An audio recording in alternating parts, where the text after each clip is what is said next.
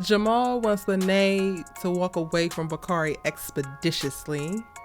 Rob is on the hunt for his uncle's killer. And guess, Tiff, Keisha is that girl giving better than you. It's like, I'm just playing.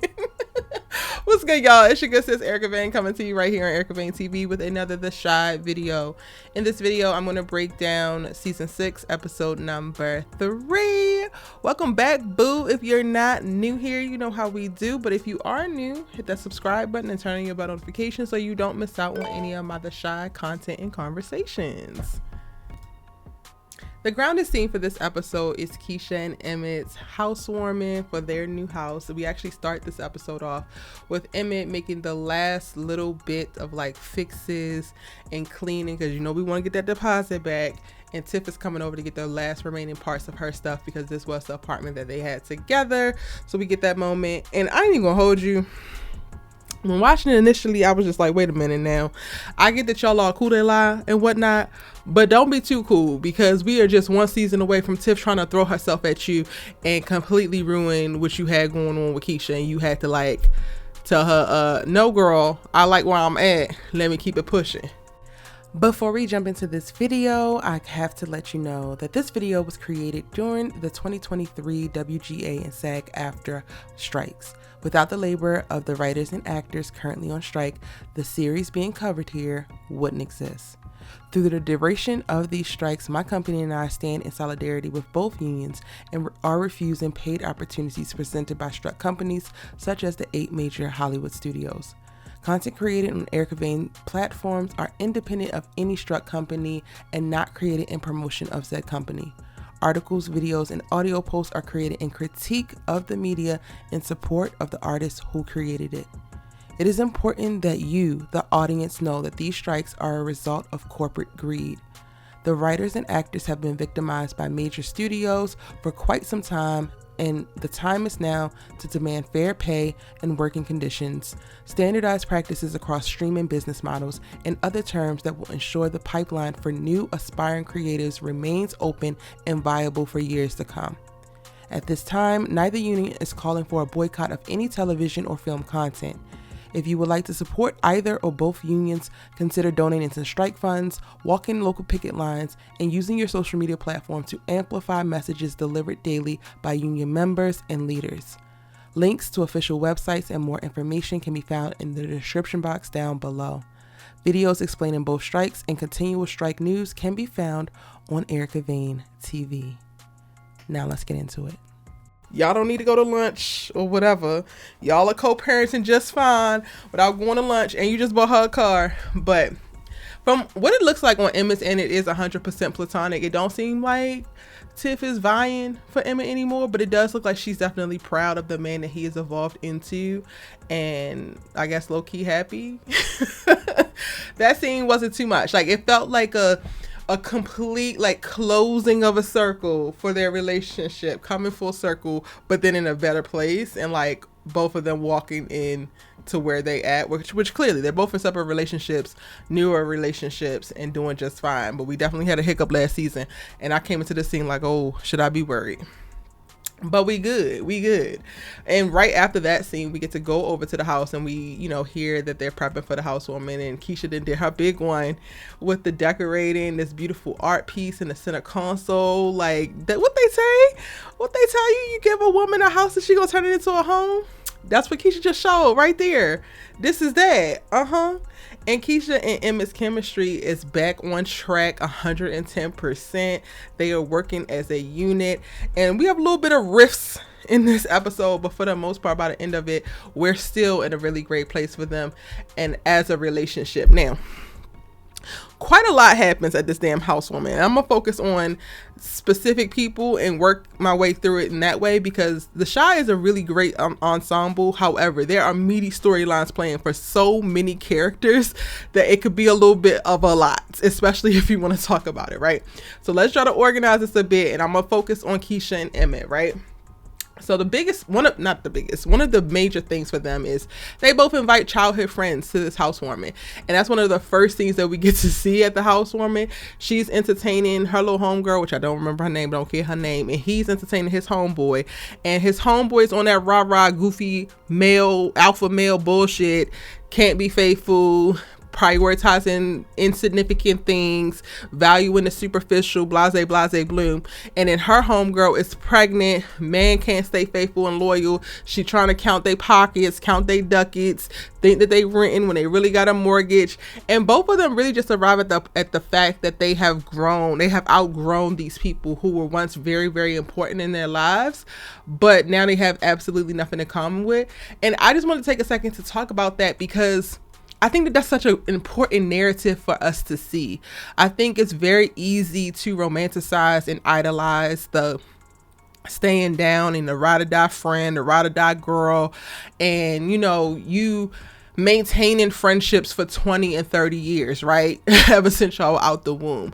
But it's a very real thing that people don't actually get taught, and it's not talked about enough, where when you go out into the world and you have certain experiences and your eyes open up and ultimately your world opens up and things become a little bit different for you, and then you try to go back to your old hood, you try to go back to your old friends, you try to throw yourself back into an environment that you have basically outgrown with people that you have outgrown. This don't fit, and it's uncomfortable, it's awkward, it's weird.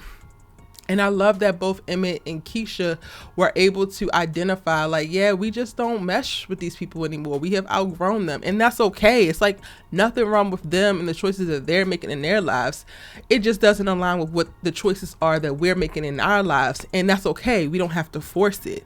Too often people find themselves getting in trouble in their real lives because they're trying to force relationships, trying to force themselves back into their old environments, trying to force themselves to occupy a box that, one, they no longer fit in, or two, they don't even want.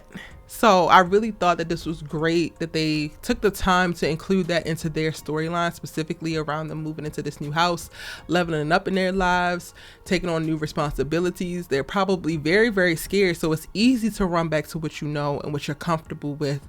However, it takes a lot of bravery, courage, and self-awareness to be able to identify when the things that used to be home are no longer home and old shoes just don't fit. Now, what also goes down at this housewarming is so much when it comes to Emmett and Keisha. So Keisha has a moment where Nuck walks up on her. Well, first, she got to tell Nuck to take his ass outside and smoke, which I think was intentional, but I don't know, it might have went over the audience's heads, because we know that Rashad, has issue with Deja asking him to go outside. And then Master Marshawn is back in this episode, y'all, and he pointed that out as a joke of like, your girl can't be that cool because she's still telling you to go your ass outside to smoke. And the way it was positioned when it was initially introduced is because, Rashad ain't financially the breadwinner, so he gonna have to listen to some things that he don't necessarily want to listen to. And I really love that Keisha was like, y'all can't smoke in here because this is my and this isn't a thing about who makes the most money or not. It's about decorum. It's about respecting my home and the boundaries that I set. So to me, it just broadened that conversation, but then also it gave a little peek into the respect level that Nuck has for her, because he's like, but it's cold, but you know what, my bad. And honestly, y'all, I didn't remember. I literally am going back to rewatch season 3 to really understand Nuck's character as it pertains to Keisha, because we get a run-in with them later on in the episode where he's trying to apologize for not picking her up, and I completely forgot that he was the one that she was going to go see when she got abducted from that bus stop that day. And I'm just like, what the hell? And there's this the scene itself was utterly amazing. The cinematography, the choices with the director and the shots, the framing, I thought was just so dope. Visually, they really added on to the tension and to the conflict, but then also to the air of forgiveness and like vulnerability that was in the air between the two characters. Like, the scene itself was set up beautifully, and Nuck basically is like finally coming to Keisha and telling her like, I will never forget that. It's something that haunt me. If I would have just picked you up, none of that would have never happened to you. And I never said nothing this whole time because I wasn't sure if you was going to accept it or if you wanted to see me. And she like, look, I'm standing right here. I'm looking at you. It is what it is. And he just like spilling it all. And then also like he says all this and you feel like there's more that he wants to say, but Emmett comes talking about some damn chip or dip or whatever the hell he talking about, and he in the background. And as a director, y'all, I just think that this shot was so brilliant and how they were racking focus between Emmett and Nuck, but then from Keisha's perspective, and you could see them both in the frame and they both care about Keisha so much. And honestly, it's like a little bit overwhelming for me because I didn't realize how much Nuck cared about her until this damn scene. And I'm like, wait a minute, we got some shit here that we're gonna have to revisit. We're gonna have to talk about, because homie wasn't done, but he's gonna respect her. He's gonna respect this house, not necessarily respect Emmett, because I don't think that Nuck have, whatever. I'm not going down that road. But he said what he wanted to say to Keisha. There definitely was supposed to be more there. But she goes, once Emmett comes and is like, yo, I need you to go make some dip or chip or whatever the hell he asked her to do. She's like, cool, I got it. And walks off. And then you get this little slight moment with Nuck where he's still looking because he watched Keisha walk away. She walks towards Emmett. So he sees Emmett. Then he turns back around and he's just thinking. And it's like, bruh. Not the stress that y'all got Nuck going through and then us, because are you about to ruin this happy home, sir? Keisha, you got you a good man. He's a good man, Savannah. But they're also, I don't know what these light-skinned men are doing on the shot because they are fucking with my brain right now. Nuck looks amazing. Him and Jamal, baby. Gorgeous man. Like, and that's trouble. That's trouble every time. You think they're too pretty. I can't. I need to stay focused. I don't know. Maybe this was like my favorite scene of the whole entire episode, because even now and just sitting and talking about it and looking at the screenshots, I'm like, there's so much depth and nuance in this like minute and 45 seconds. And that was sending me on a whole tailspin where I gotta go rewatch season 3. Like, Nuck, what was you doing when she was missing? Like, were you searching for her? Because I don't remember any of that. But he was definitely dating her at the time, and he definitely did show up for that girl. And I could only imagine what's happening in his brain by way of that. And him being compelled to come and apologize even this far later, being in her home and seeing all of this, there's something to that. This wasn't a just, I'm just glad you happy type of apology. This gave out, it's a I miss you apology. So much so that Emmett was like, well, what was you and Nuck talking about? Keisha's like, nothing. Emmett, I think you should be worried. Now, on a lighter note, because that scene was definitely very heavy, EJ tells Ronnie that he needs to stop acting like a little bit. And then proceeds to tell Keisha and Emmett how he learned that in the car with Tiff. And this creates an issue, but maybe it's going to resolve itself, because they wind up having a little confrontation when, you know, they bring it up to Tiff, and Tiff thinks it's funny, Emmett thinks it's funny, Rob thinks it's funny, and Keisha's like, I'm the only one who don't think it's damn funny. Absolutely not. And Keisha's like, yo, I suggest that you don't listen to this music if he's listening to rap music, and then that's why he's cussing, because Tiff is trying to validate like kids cuss because adults cuss. And I'm like, girl, so you mean to tell me you find if EJ starts smoking weed because y'all smoke weed? Because you sat there and looked right at Emmett and told him, well, you cuss, so why can't he cuss? Girl, it's giving you have no idea what you're doing in this whole parenting. And Tiff, like, y'all know I have struggled with her ass. Like, I be trying to root for her, but also she's just very confusing in a lot of cases, and her pride gets the best of her more often than not. And in this case, she decided to take the damn ego route. And when Keisha decides to offer the suggestion of like them listening to edited versions of rap songs, she's like, I want you just mind your business and I'm gonna do what I want to do in my house. Girl, it's Rob's house. Keisha, I mean, Tiff, you low-key don't have a pot to piss in or a window to throw it out of. And now that you have this whole weed business that you're going to try to start on your own, that's cool. But up until this, what was your passion? What are you going for? What do you have going for you? Not much of nothing, but you have all of this big talk. I'm going to need you to calm the hell down, especially because Keisha is your real friend in real life. Like, I know that y'all situation is a little bit messy given the whole image of it all, but she literally is rooting for you. She literally wants the best for you. And at most times, I feel like Tef devolves into doing the most basic low vibrational and I'm over it. So when she comes up against Keisha, at all times, I'm probably going to side with Keisha because Keisha is just so mature. She's so evolved. She's so tapped in. She's so emotionally stable and present. And she's such an effective communicator, and Tef is just flailing, trying to figure out what's going to be her damn thing. Meanwhile, wanting everybody to do everything for her. It's like, girl, no, absolutely not. That's my take on this whole little break or beef, this little mini beef. And then low key, whatever's percolating in her brain told her ass that she was wrong because when they was driving home and listening to rap, what she do? Change the damn song when she saw EJ bopping his head in the back to a bunch of foolishness. Exactly, girl. Get your together and keep it together. Okay? Now, also at the housewarming, y'all, the menace, Dennis the Menace himself, Doodah. That's not funny because Dennis the Menace was harmless and Doodah is a dangerous man.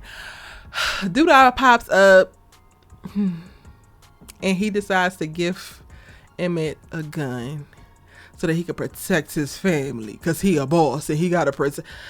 Doodah, like, why do you always choose violence? Like, even him walking in and then demanding that Emmett opens the gift, but can't open the gift publicly because he knows what the damn gift is. It screams raging narcissist. Like, you can't come in and get in where you fit in, get a drink, grab some food, and chill like everybody else. Like, you walk in and demand Emmett's attention and then want to cut a damn food.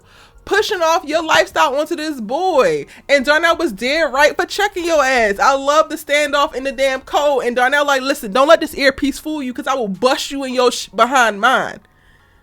We love that for you, Darnell. We ain't never been prouder. And low-key, Doodah loves it as well. Even though I don't necessarily like how he said I like that. He liked that he's a protective father. It's given that Doodah's going to figure out a way to try to use this man. And I hate that for him. But Darnell, he's a smart cookie. He might be old school, but he a smart cookie. He gonna be able to navigate this, I believe. And shout out to him for taking that damn gun. Because when Keisha went to go put the baby down in the room and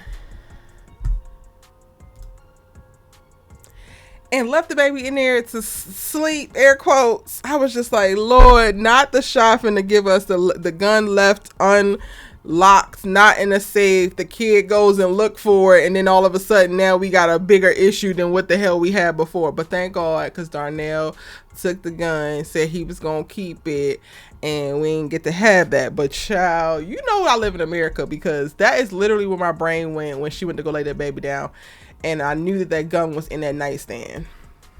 Now, aside from the Keisha Nuck of it all, one of my favorite parts of this episode is watching Lene navigate her conversations with her brother Jamal, who's just like, I need to meet this nigga, don't trust this nigga, don't go to jail for this nigga, like, don't do nothing barely with this nigga. If you want to be with him, I guess, but I really don't want you to be with him. And it puts in Lene's head like she really gonna have to start to separate herself. So she basically like picks a fight with Bakari, and Bakari like, you knew who I was, you knew what it is.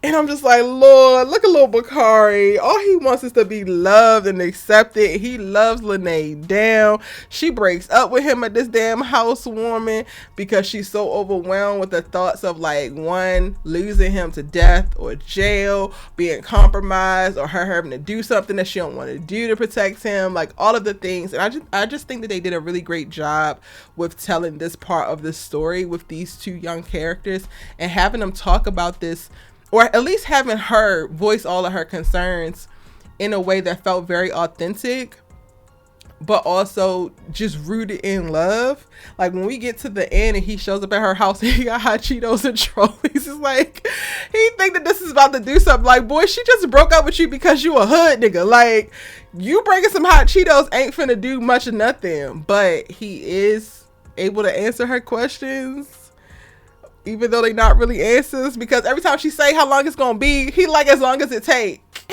This temporary. Well, how long is temporary? As long as it take. Little boy, that's not helping.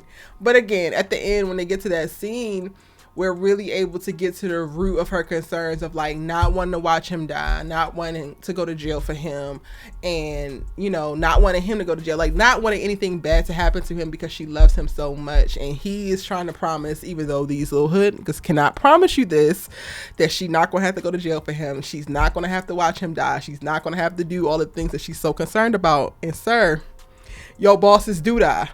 The nigga's crazy. Like, capital C, like 6 Z's in that motherfucker. Like, he's that loco. And I think it's dope how they use Jamal, who literally was Bakari at Bakari's age, and have him call out like he's just a lookout now, but there's no real such thing as a lookout. This is how it's gonna go. And he literally does play for play of what Lene can expect with Bakari in the current situation that he's in. And I just think that they did a really great, beautiful, nuanced job. This might be my favorite episode of the season thus far. This episode was so tapped in, so dropped into the real raw of what's happening with so many of these characters, and they were able to just deliver such authentic dialogue. The visuals supported things beautifully and helped set the tone and the mood in various scenes. They just knocked it out of the park. Performances was A1. They really knocked it out of the park. I love the relationship that's growing or like budding between Keisha and Fatima. You know, Victor loved it too. Trig loved it too. He asked Fatima to move in, and then she gonna get her little budget so that she could decorate the house because she love a little interior design. And I really kind of like her being brought into the fold, because right now she's like just Trig's girl versus being a part of this extended family. One of the things that I thought about when watching this episode is that I really enjoy with The Chi how it really does a great job of exemplifying how big but small a city can be, and how so many people know people. So like when Rod was asking Nuck about if his uncle owed Duda money and like what he knew and what he didn't know, he's like, all I know is that he owed Tracy money and something happened with that. And it's like, even for him to be able to speak about Tracy, it make me think, honestly, if I would be real with y'all, it took me back to where I'm from. So like Northeast Baltimore, growing up, you had like the drug dealers, you had people who was with the rah-rah and the smoke, right?